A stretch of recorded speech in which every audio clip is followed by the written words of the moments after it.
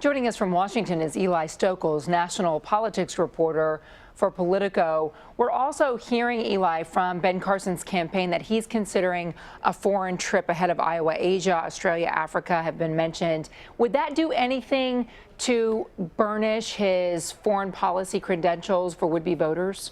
Well, it might have been smart to do maybe 4 to 6 months ago, but at this point, about 70 days away from the Iowa caucuses, that looks pretty desperate. That looks like a Hail Mary from someone who's had really their credibility on the issues around foreign policy really challenged and deflated on a number of different issues over the last week as they've asked Ben Carson questions, wasn't able to last Sunday say what calls he'd make, which countries and allies he would look to first if something were to happen if he were president. He's had advisors this week quoted in the New York Times saying that, Ben Carson just doesn't have a lot of this knowledge downloaded yet, a lot of this information about foreign policy. We got to get him smarter. It's just been a real damaging week for his credibility on the issue that really matters right now. And you organize a trip right now at this state of the campaign. That is not what the game plan of the playbook says to do. And I think it'll be pretty transparent to folks that is more evidence, really, that this is a candidate who's not ready to be commander-in-chief. He's also ripping a page right out of Donald Trump's playbook when he was really pressed hard on ABC about waterboarding and whether he would use torture to crack down and to intervene with ISIS. He said, well, I don't want to give away what I would do, how I would give it away. We've heard that from Donald Trump over and over again. Why does that kind of line work for Donald Trump but doesn't seem to be working for Ben Carson? I don't know, and I'm not sure really why it even works for Donald Trump. Maybe Donald Trump is just better at sort of bulldozing past the questions and deflecting attention. He's very good at fixating on his opponents' and rivals' weaknesses and sort of deflecting attention away from the question that's asked. I don't know if Ben Carson has that same skill, so that may be part of it. But really, it's interesting, with both of these guys, they're just not held to the same standard by voters when it comes to the nuance and the just sort of readiness that people expect. If Jeb Bush were to say something like that, Marco Rubio, Ted Cruz, somebody like that, it would be very problematic. And up until now, those sorts of responses haven't really hurt Donald Trump or Ben Carson. We're starting to see, though, that they may be taking a toll on Carson because of, he's such a mild-mannered person, and you couple that to maybe not being up to speed on foreign policy. Those are two failings in this moment that requires strength and know-how on foreign policy. Donald Trump has basically dominated this race by projecting strength for several months, and he continues to do that very well. And it masks a lot of deficiencies on policy. Just a few months ago, he had said, hey, let Putin deal with ISIS. And now he says, let's go in and bomb the out of them.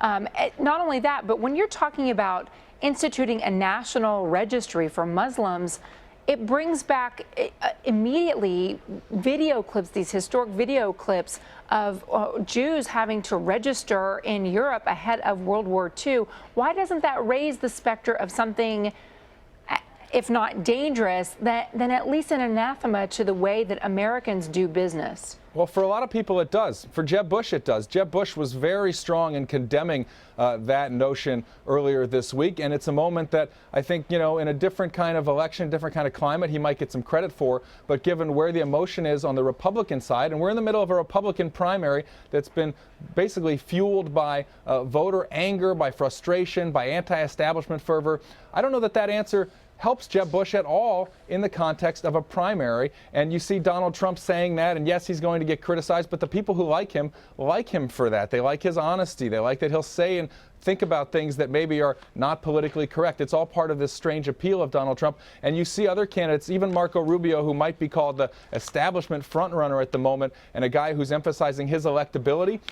Right now, you see Marco Rubio not distancing himself from Trump or criticizing Trump all that much on that. What he's talking about, and what a lot of these candidates are saying, is that we have to be very careful in vetting these refugees right now. Marco Rubio said if you let in one person who happens to be a terrorist, that's one too many. And so I think generally on the Republican side, not just Trump, but generally across the party and with most of these candidates, there's a recognition that the Republican electorate is very nervous and is not on the side of being lenient toward these refugees. Eli, when CBS News asked people who would they consider as the strongest commander-in-chief, it's fairly surprising to see Donald Trump and Ben Carson, as well as Ted Cruz and Marco Rubio, ahead of Jeb Bush, who's the only executive who's been in charge of an entire state and has sort of taken that command control position. That's true, and Jeb Bush was really trying to press that as a strength this week and to talk tough. He went down to the Citadel and gave a speech calling for, beefing up the military and restoring some of the budget cuts, talking about ground troops to combat ISIS. I mean, he's trying to really seize this commander-in-chief moment, but I think if you step back, you realize that Jeb Bush's only real foreign policy experience is being the brother of the guy who started the Iraq War.